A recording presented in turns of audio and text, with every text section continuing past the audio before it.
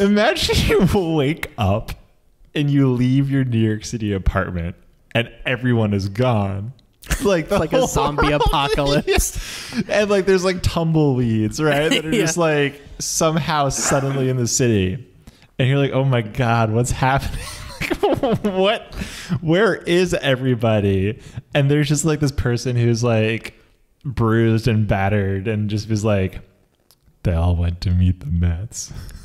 And you turn on the news and the anchor is like, we have a travesty here. 8.5 million people has descended on Citi Field. It's pandemonium. It's chaos. People have been trampled. They're so excited to meet the Mets.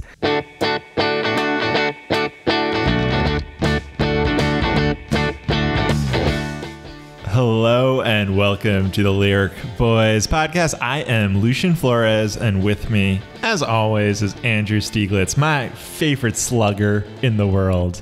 Isn't that right? Shucks, you flatter me so, Lucian. So this podcast is generally one where me and Andrew pick 10. Well, we pick one of our favorite bands or musicians, and we pick 10 of their craziest, wildest, most absurd, most insane lyrics, and we talk about them. We kind of loosely dissect them, and we have a good time. We turn those lyrics into laughs, baby. But this extra special episode is different because we're not talking about a band. We're talking about the sport of baseball. Andrew, what do you know of baseball? I've never heard of baseball before. Can you please explain a little bit about what this so-called sport you say is? Great question, Andrew. So the Wikipedia description of baseball is that baseball is a bat and ball game played between two opposing teams who take turn batting and fielding. Does that answer your question? What is a ball? All right, so let's be real for a second. A couple days ago... God, I'm so sorry. Let's get real. A couple days ago was opening day, all right? That's when the Major League Baseball season opens. If you're an international listener, that's like the baseball league in the U.S., okay? And Canada, there's one Canadian team. And that league opened, the opening day was a couple of days ago, right? So spring is in the air. The smell of Cracker Jacks is in the air. The grunting of gigantic, large first basemen smacking home runs is in the air. Everything is in the air. Are you hyped for this baseball season? Hell yeah. We mentioned in a previous episode, too, that baseball players tend to have really big butts. Mm-hmm. Can you elaborate on that? It's a stereotype that first basemen have big butts. Everybody knows that, specifically right? First baseman. Everybody knows that. Or DH, okay? Nice. All right, good. I like that. That's a good fact. Baseball is a classic American game. I was looking, like, we'll talk about it more, but just like... It's just the sport of our country, right? Would you agree? Maybe football has obviously overtaken it, but like... Yeah, football has definitely overtaken it in recent years, but baseball, they call it the great American pastime. Yeah. All right, let's jump into these lyrics. And so this episode is going to be a little bit interesting because we're not just... I kind of pulled like longer lyrics than I normally do. Normally in an episode, like we give a good description of the band and like... we pull just like a little lyric from a song, but for this one, like, because these are baseball songs and they're all ridiculous, I kind of pulled a little bit more. So my first baseball lyric comes from the classic song "Take Me Out to the Ball Game." Have you heard of "Take Me Out to the Ball Game"? I have. From what I understand, that's a pretty quick song. Am I wrong about that? It's a classic baseball song. I don't even have to look at the lyrics, right? It's "Take me out to the ball game, take me out to the crowd, buy me some peanuts and Cracker Jacks. I don't care if I ever go home," because it's root for the home team. If they don't win, it's a shame, because 1, 2, 3 strikes, you're out at the old ball game. Boom. All right, that's not the lyric I pulled. What I found was the original version of "Take Me Out to the Ball Game." What? So the song... I wasn't aware that there was more to it. So there's a couple of versions before the famous one, and there's a prelude lyric that comes out before "Take Me Out to the Ball Game." That comes before it. So someone is saying "Take Me Out to the Ball Game." That's what's so interesting. So "Take Me Out to the Ball Game" was originally written in 1908 by this dude, Jack Norworth. And he was taking a train ride to Manhattan, and he wrote this on some scrap paper. So what a genius. The original lyrics are, Katie Casey was baseball mad, had the fever, and had it bad. Just to root for the hometown crew. Every so, Katie blew. On a Saturday, her young boo called to see if she'd like to go to see a show. But Miss Kate said, no. I'll tell you what you can do. Take me out to the ball game. Take me out to the crowd. Buy me some peanuts and Cracker Jacks. I don't care if I never get back. And then the rest of it is relatively the same. And then there's a later part where Katie Casey saw all the games, knew the players by their first names, told the umpire he was wrong, and just all this stuff. She loves it. So what is funny to me about this is it changes the dynamic of the song to me. It's no longer we're all collectively wanting to be taken out to the ball game and just left there for all of eternity because we don't give a shit if we never come back. But it's Katie Casey, this addictive, baseball mad person who's got this fever and has it bad. And her boo is just desperate to get some culture in her life. Her boo is like, please can we go to a show? Bo. I think it's Bo. Bo, okay. B-E-A-U. Yep. Her beau is like... I graduated the top. You graduated ahead of me. So anyway, and she just refuses to do anything. She's an addict, okay? And she's just like, I just love the idea that her boyfriend is like, can we go see a show? And she says, no, I'll tell you what you can do. Take me out to the ball game. Take me out to the crowd. Yeah, I don't know if I could, I'm trying to think, like, could you be with this person? Because here's the thing. So she says, take me out to the ball game, right? And then it says Katie Casey saw the players. She saw all the games. She knew all the players by their first names. She told the umpire he was wrong all along, good and strong. So she's one of these people at a game who's just screaming her head off, telling the ump that he's wrong, like getting belligerently drunk. I'm picturing her just demanding more beer, and the bartenders are like, ma'am, your picture's up on the wall because you're here every day that there's a game, and some days when there's not, demanding alcohol from us. And I feel like the young beau is like, I'm a little intimidated. It's a little scary. Yeah. So I originally was just going to pick the lyric, I don't care if I never get back. Because that to me is funny about Take Me Out to the Ball Game. That always did stand out to me. Yeah. There's just something so like Sisyphusian about that, right? Like wow. Okay, making up for it. So like imagine like, okay, we're Mets fans. They're historically not a great franchise. There's something about just like willing this team to like win who's not going to win, but being there for all of eternity. And then there's the cyclical nature of sports, right? You may win one season and the next season you're bad. And then it just never ending. So this woman is clearly baseball mad. She's wild for the sport. And she just does not care. Like she got fired from her job. Like her family members are all just getting old and dying. She's still staying at the baseball game her whole life. Katie, you missed your father's funeral. She's like, the Mets were playing.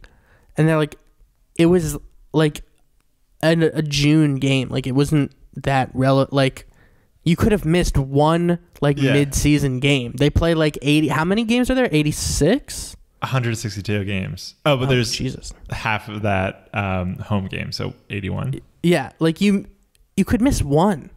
She's like, I don't care.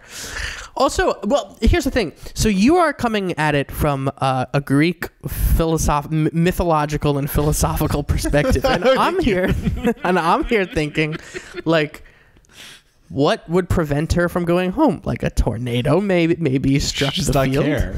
She just got so drunk she died at the baseball game, and her body is just under the bleachers, and nobody's seen her for weeks.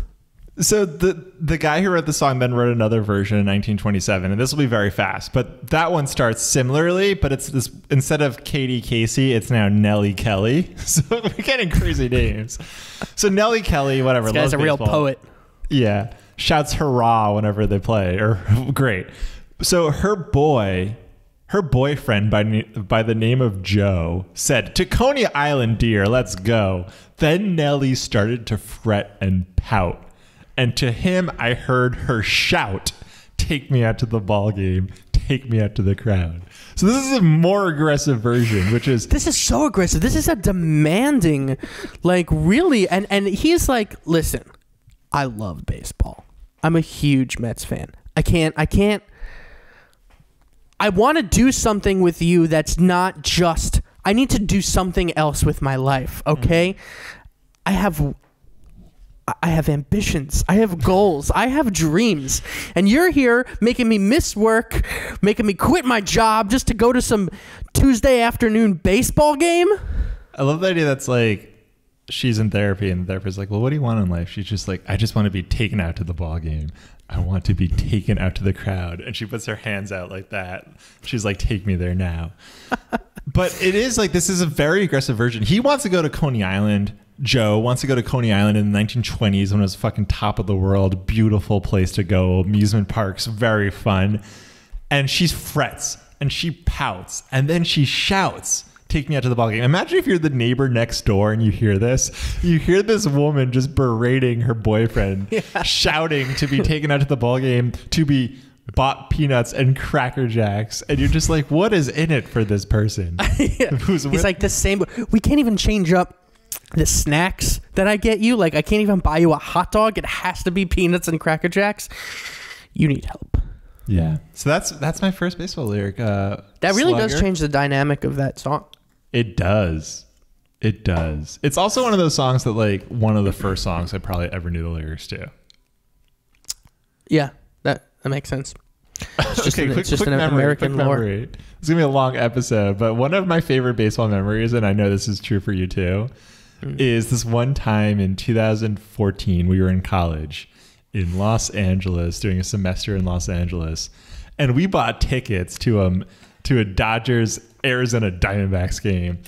And you weren't in this car ride, but basically it was like a car of 6 grown college men hyped to go see this Dodgers game. And we get in this car and we're just like annoying one of our friends by singing "Take Me Out to the Ball Game" really loudly, like the whole way. Sam. I'm guessing it's Sam. Of course. At one point we hit a bump and someone hit their head on the ceiling. It's just a comical time. And we get to the ball game and no one's there. And we're just like, what the hell happened? And it turns out we all went a week early. And we just like, we all carpooled and we were hyped. And then we show up at the stadium and we're like, I cannot believe 6 college educated boys all did not showed up on the wrong day. That we went on the wrong game. Yeah. And I just remember the car ride back was very funny because it was just everyone blaming each other, being like, Lucid, you were the one who set the event up. But it's like, I sent you the tickets to print it. And it's like, how did none of us realize this? I'm glad I wasn't in that car, to be honest. No, but you drove to that game, right? I was about to. I was on the way. I was actually on the way. I was in my own car. Yeah. And I got a text that said, "Turn around." Just one of the most like deflating moments of my life. Well, sir, you got a good life then. Yeah. Anyway, give me your first baseball lyric.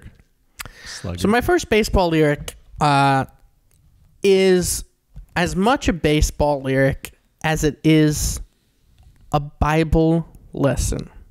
Okay. You've had me hooked. My 2 favorite B's, baseball and Bible. You know, if there's anything more American than baseball, it is the Bible. That's right. And especially because they found a third whole testament in Utah. Did they really? They seem to be finding new ones every day, don't they? My first lyric is from the song "The First Baseball Game" by Nat King Cole, a famous crooner, if you will. Do we call him that? Does he croon? You could call him that just if you don't know the word. You're going to be like, what the hell does that mean? I know that Frank Sinatra is a crooner, right? So is Nat King Cole a crooner? He could be. Right. A crooner is just someone who like does like kind of sad or like. I picture crooner as like in a lounge, a smoky lounge. Yeah, I'm also picturing like they come out of hibernation at Christmas time, and like their songs are played at Christmas time. They're like, "Have a holly jolly Christmas," right? So that's like Nat King Cole to me. And so the song is. That's interesting. That's my definition of a crooner. The song is "The First Baseball Game." Okay. And the lyric is, "My sermon today," said the Reverend Jones, "is baseball and whence it came. If you take the good book and take a good look, you'll find the first baseball game. It says Eve stole first and Adam second. Solomon umpired the game. Rebecca went to the well with the pitcher, and Ruth in the field made a name. Goliath was struck out by David. A base hit made on Abel by Cain. And the prodigal son made a great home run, and Noah gave checks out for rain." Wow, Noah gave a rain checks out. Yeah, yeah, that's Noah's job, is just to give rain checks. So there's a lot here. There's so much going on. Something tells me that this pastor, this priest, whatever you want to call him, this reverend, doesn't know the Bible. Maybe isn't super aware that I don't know too much about the Bible, but I don't think any of these people were like in the same like time period or books. Like they're scattered throughout, right? And well, they also weren't all on one superstar baseball team. Let's get that clear. Okay, there isn't like a chapter of the Bible and Testament that's like everyone mentioned just fucking like rakes in the field and like hits home runs and hits dingers and all that. Yeah. I feel like there's like another testament out there. This is the lost chapter. This is what they found. They found a New Testament, and it just describes this insane baseball game. Like you thought you were watching an all-star game. No. Fucking David and Goliath actually played baseball. It's like, how's anyone gonna hit Jesus? You know, he throws like a wicked slider. Jesus just like the pitch comes to him and he just stops it and throws it out the park.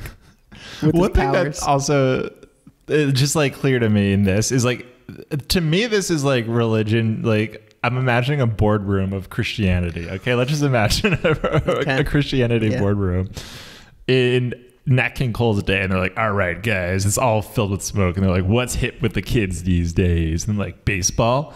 All right, Nat King Cole, here you go. Here's a song about baseball. And Nat King Cole's like, "I can't sing this. This makes no fucking sense." And they're like, "You have to sing it."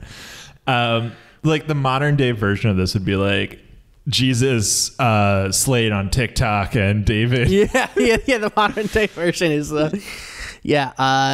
Jesus got a headshot kill in Fortnite. Yeah, exactly. And David got canceled on Twitter. No, Goliath did. Goliath got canceled on canceled. David canceled Goliath. And Rebecca and Ruth slayed all night because they are our queens. Yes. Yeah, I feel like maybe this reverend probably got fired after this sermon because all the kids were like, "Wow, did that really happen?" And all the parents had to be like, "No."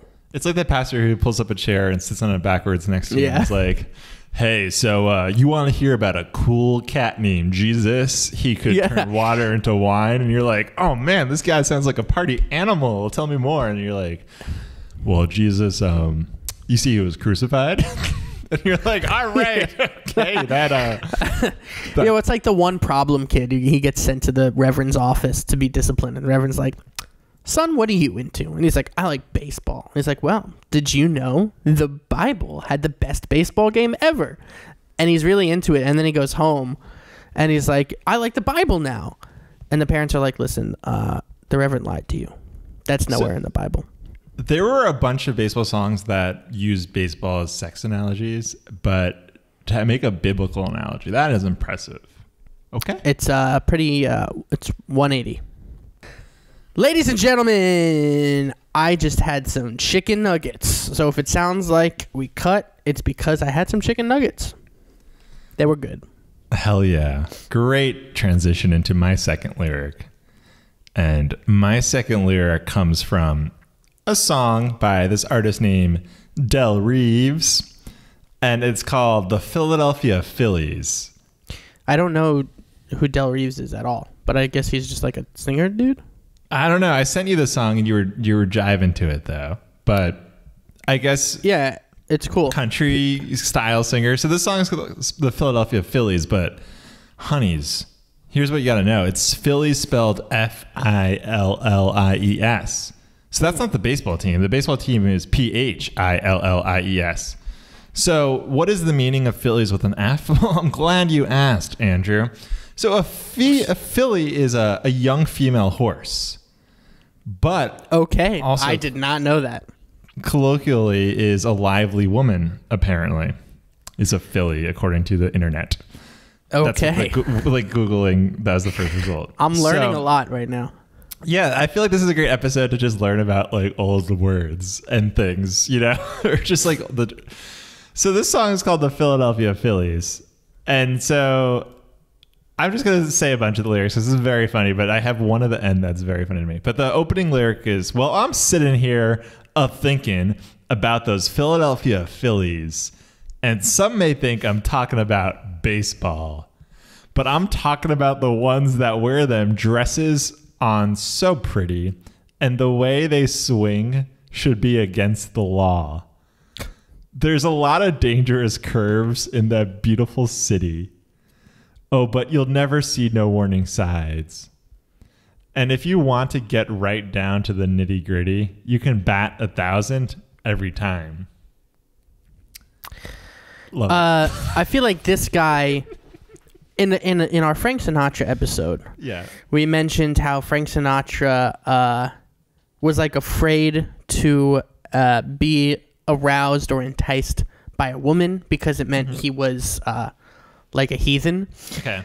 And I think that Del Reeves here is another one of these guys who is just like, which you wear them dresses so pretty. It should be. He says, okay, it should be against the way they swing should be against the law. There's a lot of dangerous curves in that beautiful city, but you'll never see no warning signs. He's literally just like, lock them up, those scantily clad women.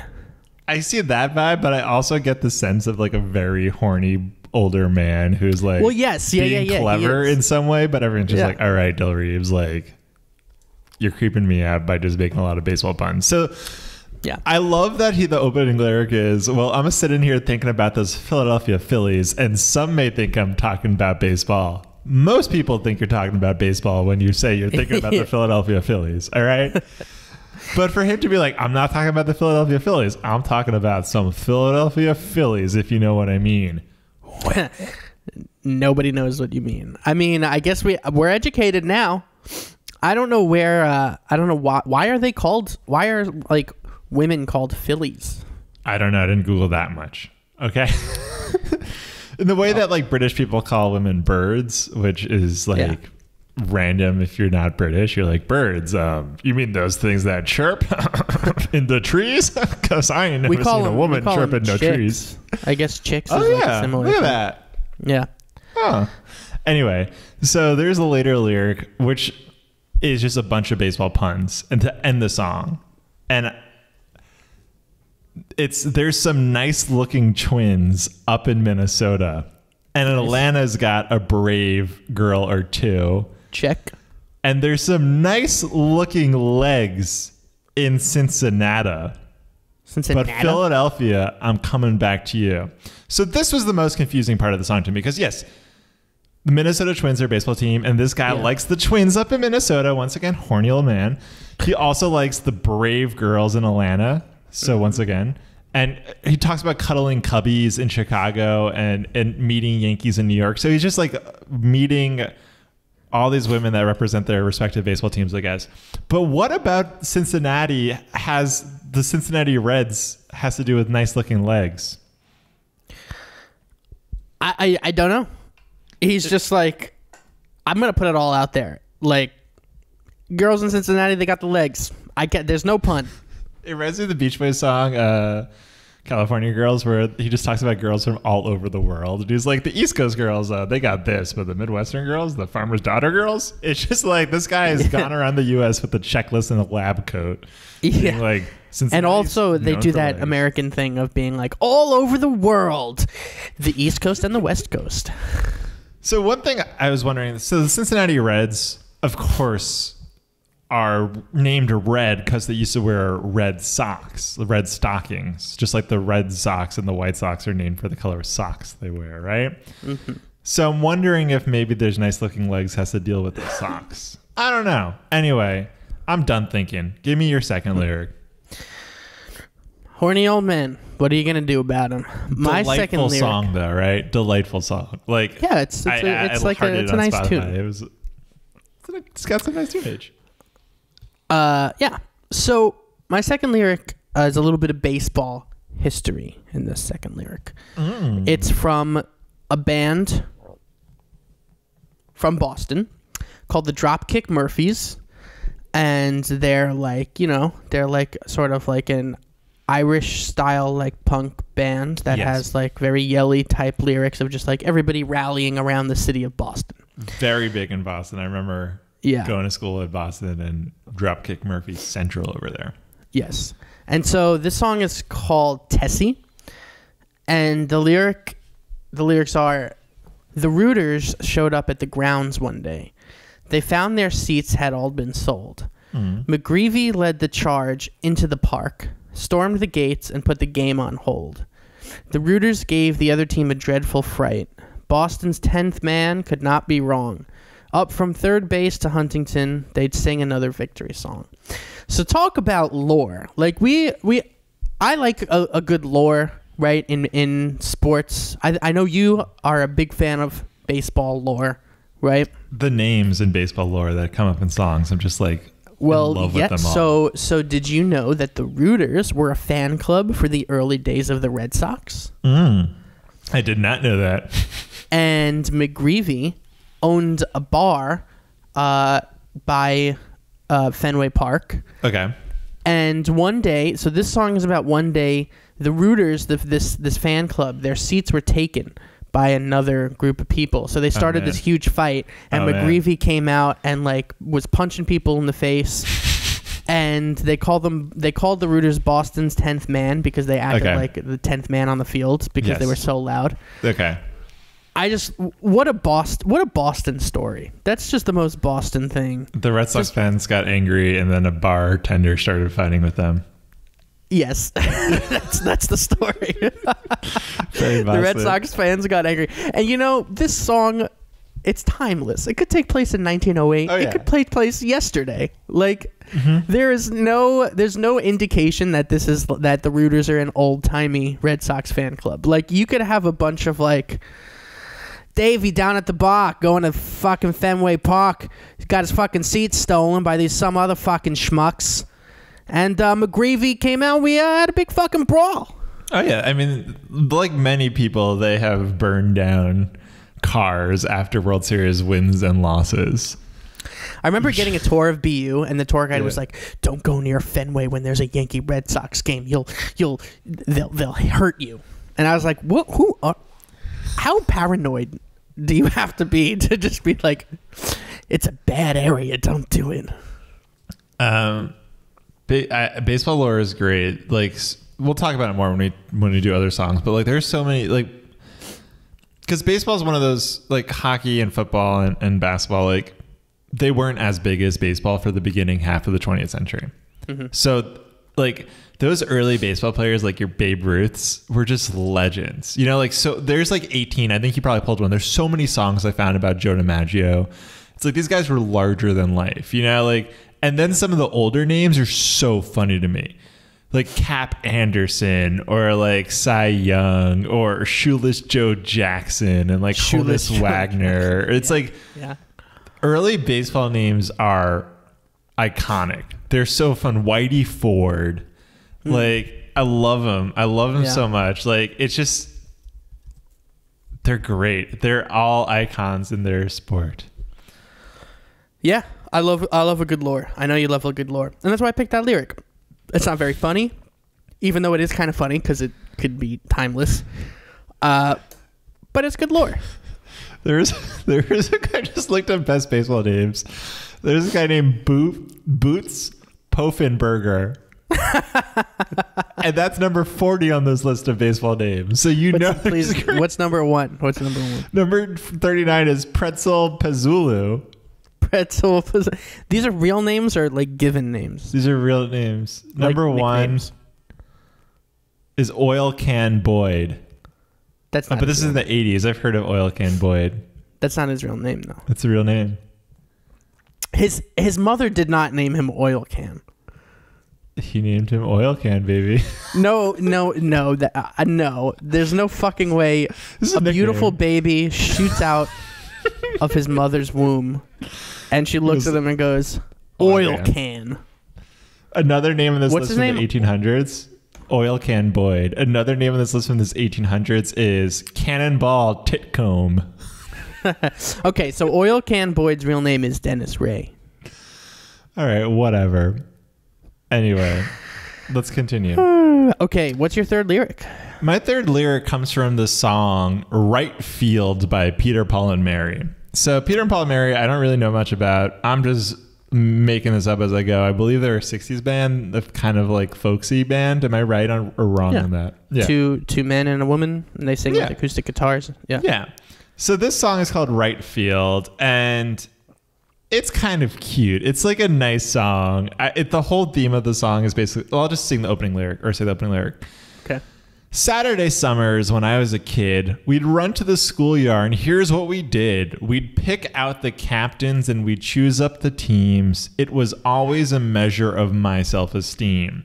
Because the fastest, the strongest played shortstop and first. The last ones they picked were the worst. I never needed to ask. It was sealed. I just took up my place in right field. Love that. So much fun.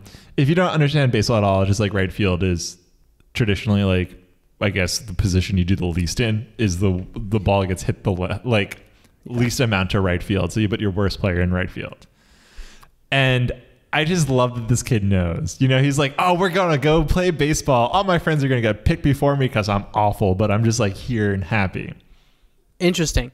I was awful. And when I was awful, I wasn't super happy about being awful, but it's nice to... it's nice that this guy is like, hey, I accept that I suck. I'm just hanging out with my friends. Yeah. And so the whole song is really cute and fun. It's basically like him being in right field and then them playing and him kind of being lonely and like the ball never comes to him. And like he's just thinking a lot and he forgets to score.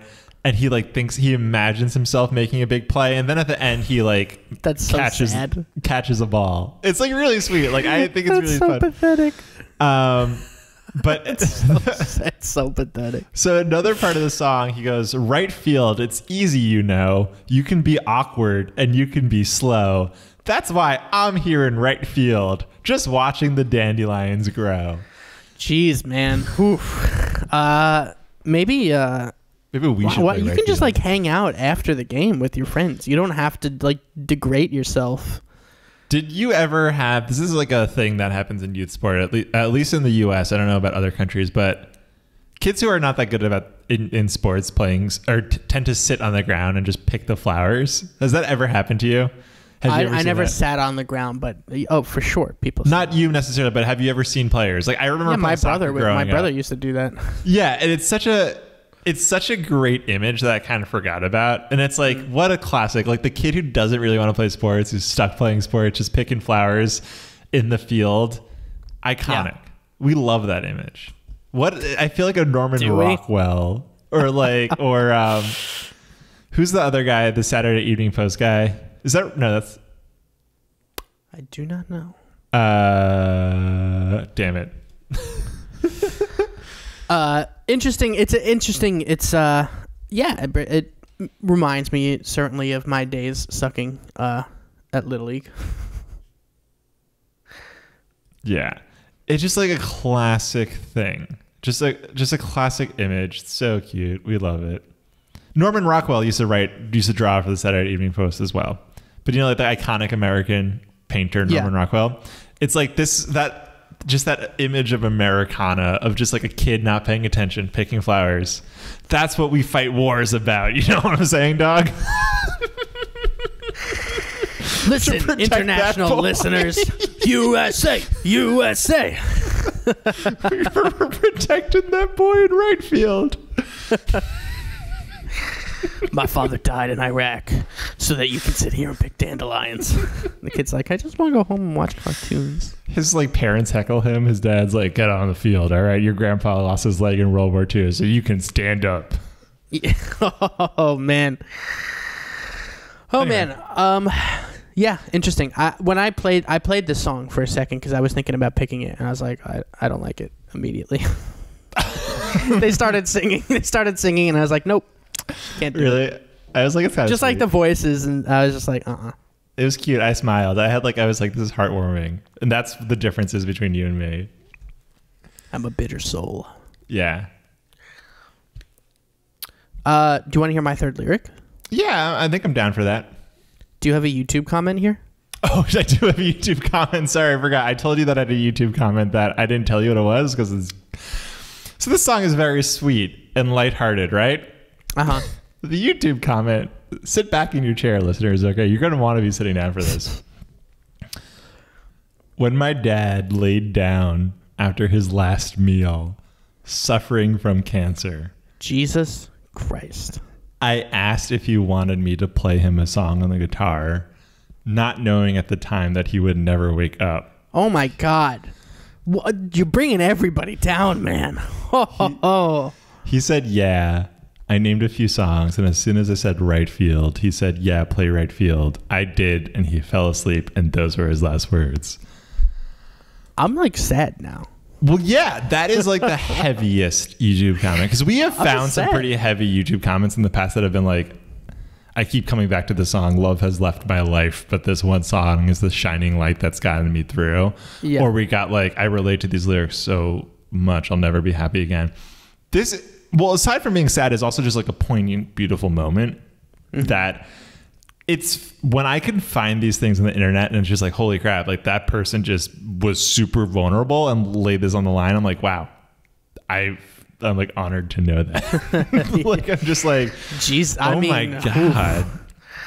Like out of all the songs on YouTube, I click on one and just get that comment. And I'm like, oh, geez. Yeah, that's a heavy fucking comment, dude.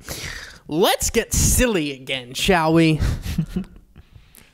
Yes, let's get silly. My third lyric comes from the song Paradise by the Dashboard Light. Ooh. By the singer Meatloaf, a.k.a. Meat. Mr. Loaf. Mr. Loaf. Yeah. Friends call him Meat, though. So we have talked about, I'm pumped that you're doing this song, because we have talked about Meatloaf on the podcast, let's say at least 4 times. Too many times to mention Meatloaf. For no reason. And this is his big hit. This is like the song. Yep, the song that I remember listening to in my car in the back seat when I was a child. Q104, classic rock radio, would play Paradise by the Dashboard all of the time. And yes. You're about to quote the most iconic moment in the song. Can you give us some context here, baby? Well, so here's the context. A man is having a steamy moment with a lady, and he is being... his encounter here is being narrated by, I think, what was an old Yankees announcer. Phil Rizzuto, right? He was an old player. Yes, that's him. Yep. And an announcer, yeah. And he's narrating, in baseball terms, what's going on in this car where these two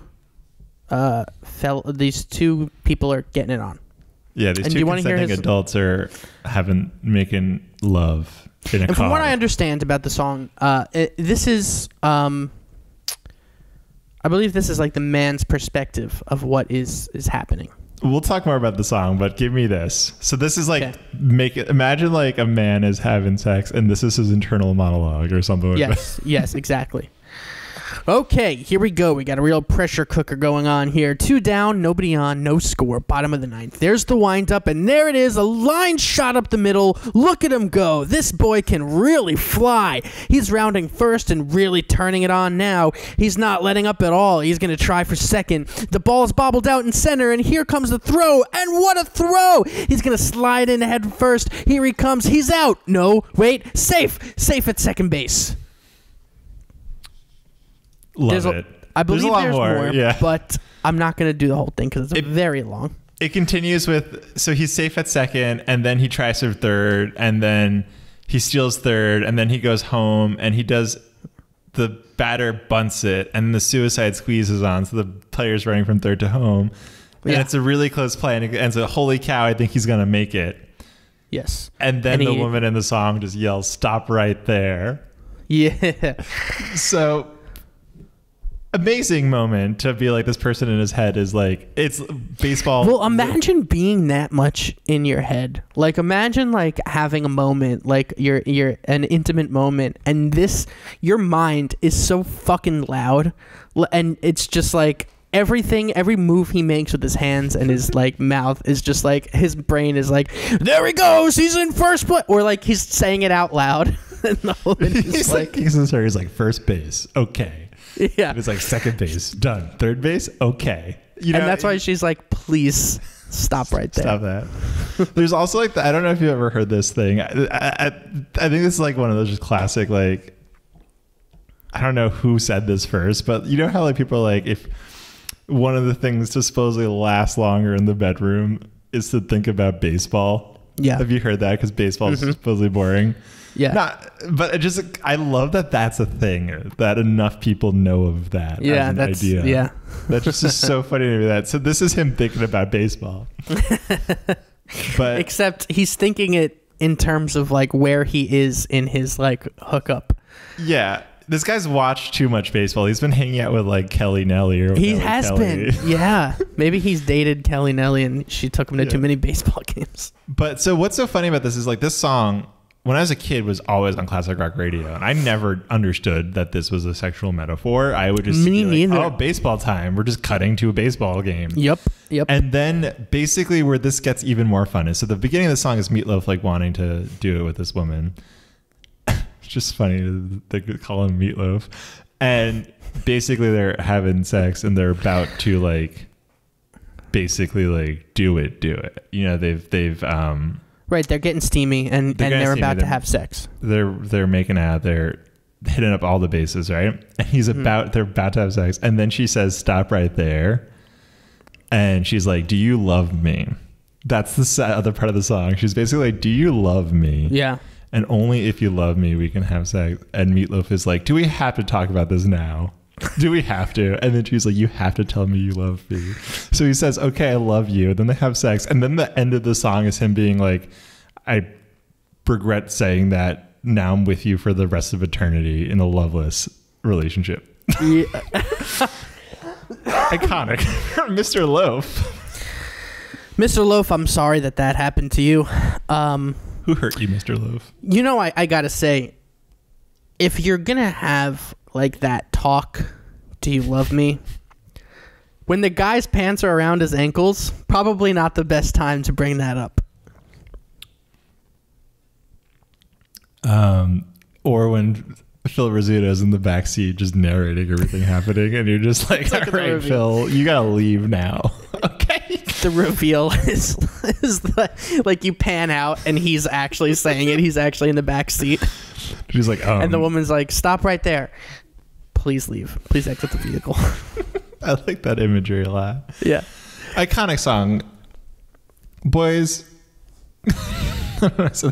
go home and listen to Paradise by the Dashboard if you've never heard it before. It's a classic rock song. It's very good. My fourth baseball lyric is from It is from Cheap Seats by the band Alabama. Now, I didn't know this band at all. Yeah, I had heard the name, but I don't know what their biggest song is. I think they're like, so apparently they're a country and southern rock band. I don't really know them, but the music video for this song is iconic. It is amazing. It's sepia tinted, and it's a bunch of like middle-aged men sitting in baseball seats looking at the camera. And the lyric is, the song is basically about like small town America, cheering for a minor league team because they're in a small town that doesn't have a major league team. Cheering for this minor league team, not really caring if they win or lose, and just getting drunk at the ball game, which is a vibe. And the chorus is, "We like our beer flat as can be." Why? Why do you like that? "We like our dogs with mustard and relish. We got a great pitcher. What's his name? Well, we can't even spell it." It's probably drinking all that flat beer. Yeah, so basically just like, I don't give a shit really, like, but it's that vibe where everything's slightly not great. Everything is like second tier. You know, minor league, small town, flat beer. Mustard and relish does slap, so I'm confused about that. They have pride in their pitcher. They're rowdy at the ball game. They probably yell at him, but they actually don't know what his name is. Well, yeah, it's that like, it's sort of like, it's Bruce-esque, but it sounds like they kind of have pride in that. Where Bruce is like, I want to escape. They're just like, hey, we like our beer flat. We like our town small. Yeah. We like our pitchers with names we don't know.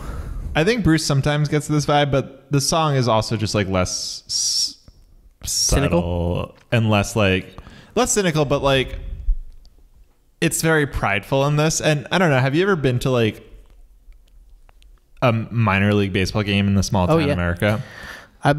So when I was in high school band, heard of it? We used to play, sometimes we would play the national anthem at Long Island Ducks games. And the Long Island Ducks. Yeah, that's not even minor league. That's like independent ball. I thought it was minor league. I thought it was minor league.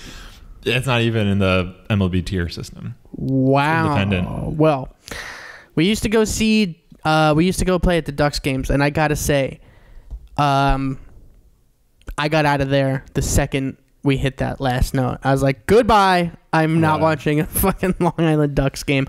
No offense, Long Island Ducks. But there's some minor league baseball and independent baseball is known for amazing logos and team names that are just crazy. Are the Cyclones minor league? Yeah, they're like in Coney Island. My favorite minor league team is the Montgomery Biscuits, and their logo is a nice buttery biscuit with googly eyes, and its mouth is a piece of butter stuck between two biscuit halves. That is unhinged, and I love it. That is unhinged. There's like hundreds of minor league baseball teams, and like, so they're known for that. They're known for small town vibes and like having insane names and having like crazy promo nights. Like the Brooklyn Cyclones have Seinfeld night, where every year they have a Seinfeld night where they give out Seinfeld bobbleheads and like have Seinfeld themed jerseys and stuff. And they'll have I gotta go to Soup Nazis here as a guest and stuff like that. I gotta go to that. They had Shooter McGavin night, who's the villain from Happy Gilmore, and I was just like, amazing. That's great. Anyway, so a later lyric in the song. So talking about small town baseball, then he talks about small town bands, and he goes, "That local band is back in town. They got a kind of minor league sound. They're not that bad. They're not that good. But all in all, it's understood. We want to dance. They want to play. We wouldn't have it any other way." I listened to this song, and I think the exact same thing about this song. Not that bad. Not that good. I love that self-awareness. It's just that awareness of being like, you don't have to be that good. You don't. It's like this baseball team. They're like minor league team. This band in like Knoxville, Tennessee is like fine.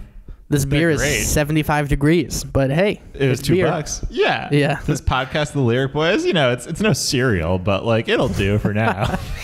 One of us will be murdered though. Oh man, it becomes a true crime podcast. Yes. But I just love that vibe. It's like, okay, you're not that good, but we're kind of drunk. We have a social contract tonight. You're going to dance, we're going to play, and it's going to be like amazing. Yeah. Bar band vibe. Post-COVID, sure. I'm excited for bar band vibes. Yeah, me too. I don't care how bad they are or whatever song they're covering, or even if they're playing Journey. Although that's a little bit much for me. But I'll be like, yes, Kings. Do you want to hear my fourth lyric? Yes, Slugger. Hit it. Oh. This is this is a classic song from the Les Brown Orchestra. I don't know them that well, but everybody knows, or at least like this song is like part of baseball lore. It's Joltin' Joe. Yeah, Joltin' Joe DiMaggio, who was a Yankee. And the lyric is, he started baseball's famous streak that got us all aglow. He's just a man and not a freak, Joltin' Joe DiMaggio. So this is an homage to a man who they clearly very much look up to, and they're celebrating him in song, and America is celebrating him. And they'd say he's not a freak, which is like, okay, that's good to say that he's not a freak, but also there's definitely like more flattering ways to say that you like someone than saying, like, if you're just like, do you love me? Well, you're not a freak. Like, okay. So Joe DiMaggio is known for, he's in so many songs, so many of these songs. Mm-hmm. It's insane.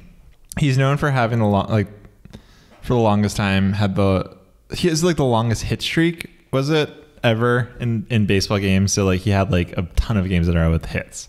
Nice. So they're talking about he's known for that streak, but he's not a man. He's not, he's just a man. He's not a freak. There's something so funny about the word freak. Now, my mom... Especially in this context. Yeah. My mom uses the word freak to describe someone who's a big fan of something. So growing up, she'd constantly be like, oh, Lucian, he's like a whatever freak. And sometimes it could create the funniest sentences. Like a couple of years ago, she called me a Christmas freak because I was enjoying like spending the holidays and like helping out. I'm just imagining... like the mascot of the Flyers, Gritty, as Santa with like his crazy eyes, and he's throwing presents everywhere, and he's just like screaming. And she's like, Lucian, you're a Christmas freak. And she means it like nice, but it's like, am I a Christmas freak? Like, I think there's other people who get freakier and crazier about Christmas than I do. And yet I'm a freak, apparently. Mom, I'm not a freak, okay? Please. So like, doing this podcast, she'd be like, oh, you guys are lyric freaks, aren't you? Music freaks. And it's just like, I'm not. There's something, subtly insulting, subtly biting about that. Yeah. To just be like, instead of like a music fan or a stan, a music aficionado, a music freak, where it's like, there's something a little bit wrong about how much you love music, about how much you love Christmas. There's something a little bit fucked up about how much you love Santa Claus. Yeah, it's like you're having an intervention. It's like, Lucian, you're a music freak, and we need to get you out into the real world. Look at your iPod.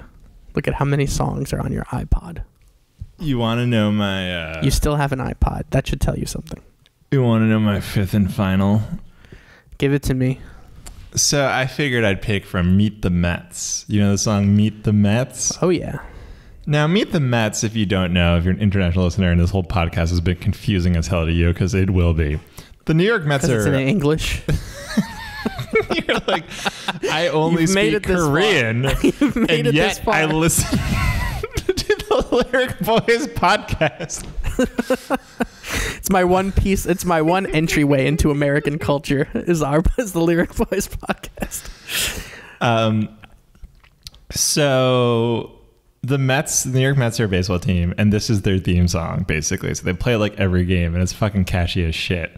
So Meet the Mets was written in 1961, and it was written by Ruth Robbers and Bill Katz.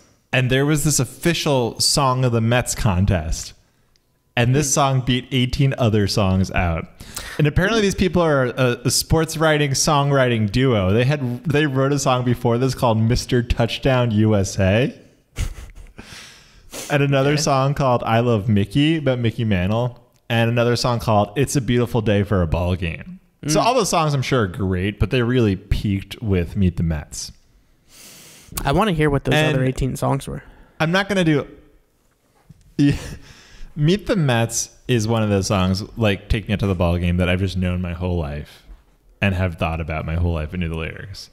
And it's basically about, like, the opening lyrics of Meet the Mets is, meet the Mets, step right up and greet the Mets, bring your kitties, bring your wife, guaranteed to have the time of your life, because the Mets are really socking the ball, knocking those home runs over the wall.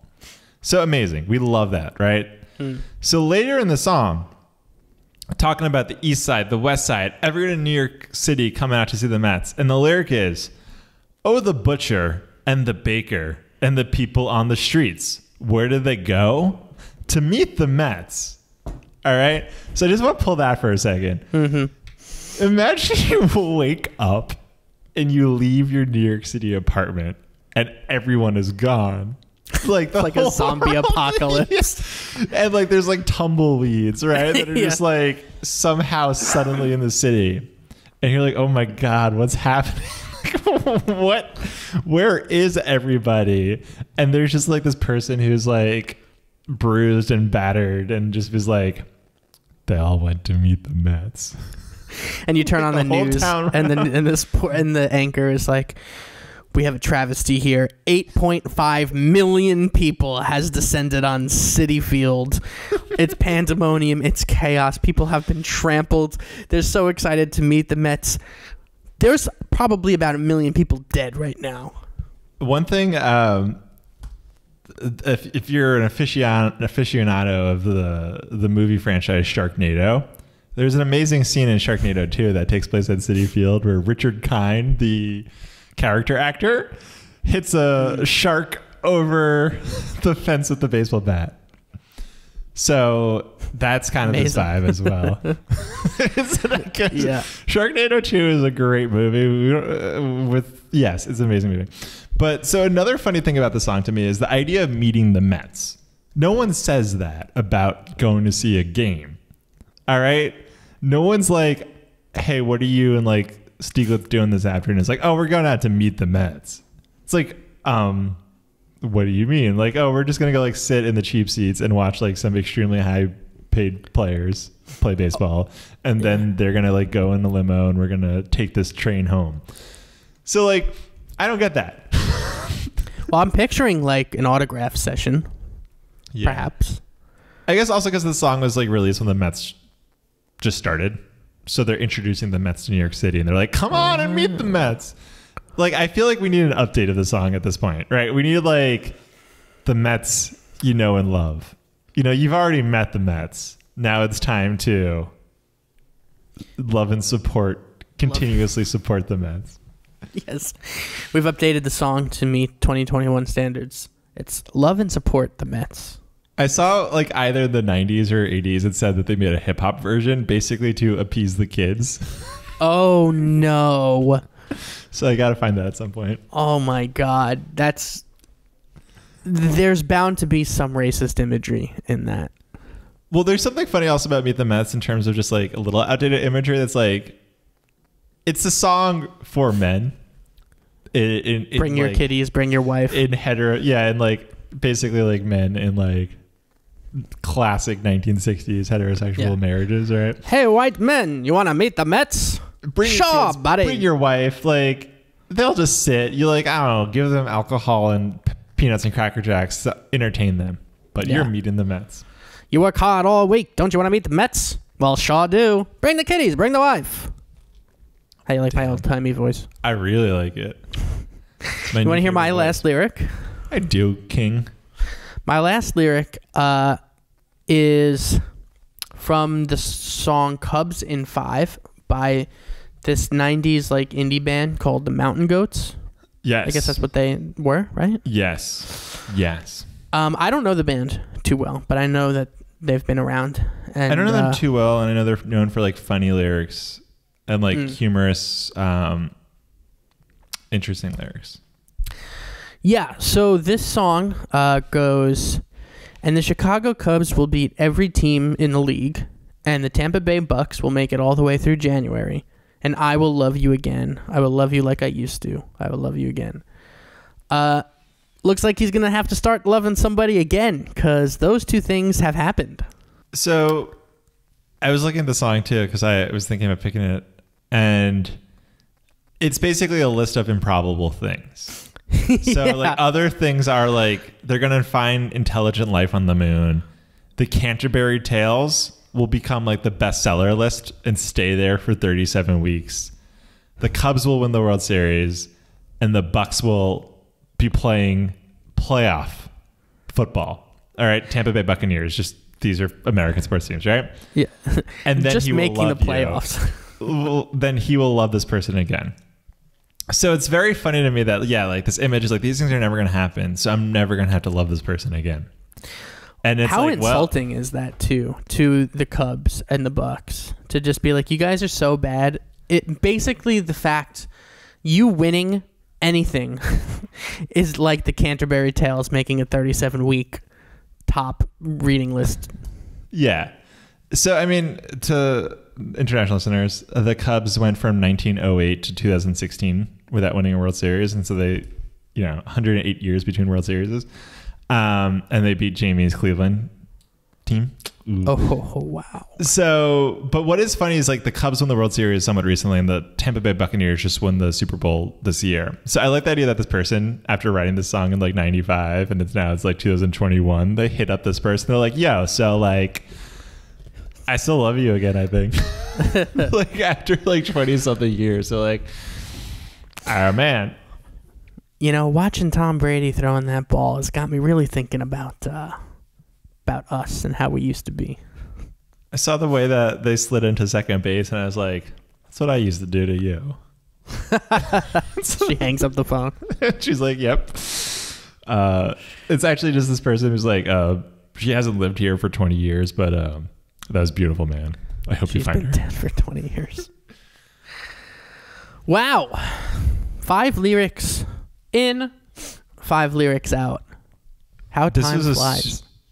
This was a super packed episode. Yeah, this was massive. So normally at this point of the podcast, Andrew and I create our own lyrics in the style of whoever's lyrics we were doing. But because we talked about all these baseball lyrics, I'm going to say let's create our own baseball lyrics, but let's not write them down. We normally take a minute or two to write. Let's just come up with these off the dome. All right? Okay. All right. I like doing that. That's fun to me. So off the dome baseball lyrics, should I just try it or do you want to try first? Let me go first. All right. Okay. Wow. This will be in the style of an old-timey crooner. Okay. Well, I slid into second. All right, hold on, wait. Well, I slid into second. And do you know what I'm thinking? I'm thinking about those mighty Mets. And I slid into third. And you told me the word that I wanted to hear. Let's go to the ball game. Let's see. That's it. I like when we improvise it. It's so bad. We need like clearly 30 seconds, but I was there for this. I wanted to make it like Meatloaf's style of sexual innuendo, but then I just abandoned that in the middle. You're just like taking it to the game. I slid into third, and then I decided it's time for a baseball game. Right, all this hooking up has got me thinking we should stop and go to a game. Damn, baseball sounds fun. Yeah. All right. This will be in the style of... Let's go with just like general baseball revelry. Okay. My cousin Teddy is on the Brewers. His cousin Freddie, he said he hardly knew her. Oh. Who am I talking about?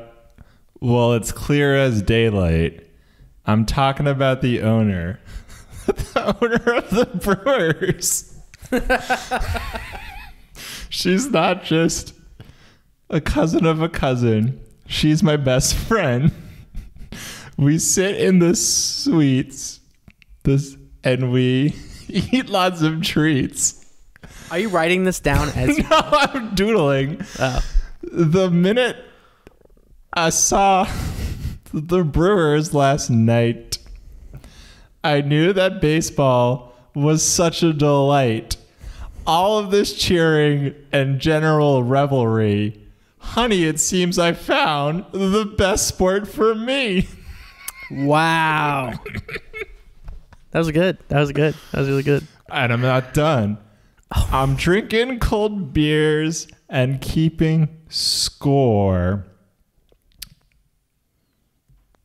Oh no, it's over. But I want some more. So I traveled to Indianapolis, where it's hours behind, and I finish the ball game,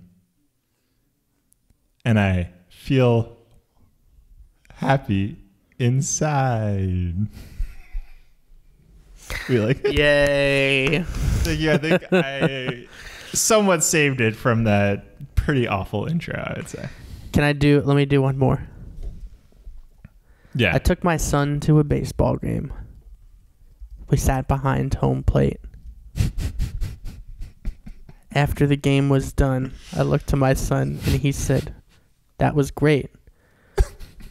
The problem was I drank 11 beers and now I can't drive home.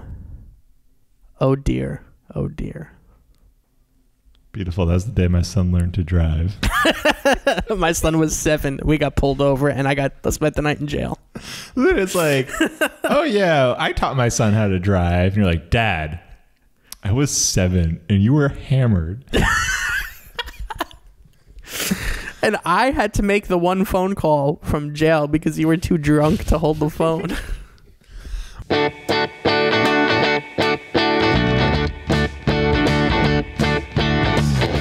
Wow, what a time.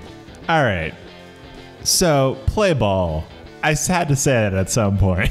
So we hope this episode was a grand slam. We hope it knocked it out of the proverbial park. We hope that you are just jazzed for more Lyric Boys action. That's not a baseball pun. But we hope that the Lyric Boys become your pastime. That's a baseball pun. So if you want to become a fan of my favorite podcast team, the Lyric Boys, then why don't you go and subscribe wherever you listen to your podcast. So wherever you're listening to this podcast right now, you can just subscribe and follow, and you'll be able to watch and listen to every Lyric Boys episode that comes out. You could be a Lyric Boys super fan and watch every single one, and you can meet the Lyric Boys. Oh my God. Step right up because we're doing comedy lyrical analysis. I don't know what we're doing. Anyway, just do that. I'm done making baseball puns. The baseball part of this episode is officially over. Now it's just straight up social media promoting.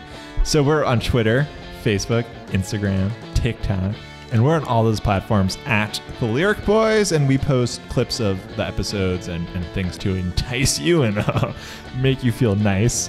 And we're there if you want to DM us or whatever. And yes, I'm on Twitter at NYCLucian. That's where I am if you want to see me, my personality, you know. If you want to get some swinging, rockin' tunes like the one you hear right now, well, head on over to freelancerbandny.bandcamp.com.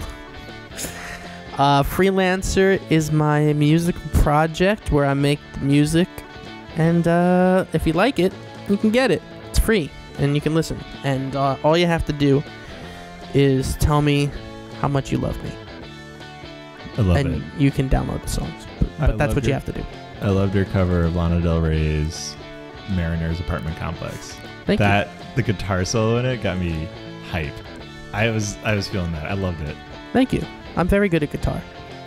All right, Lyric Boys fans, have a good night. Play ball, home run. See you later.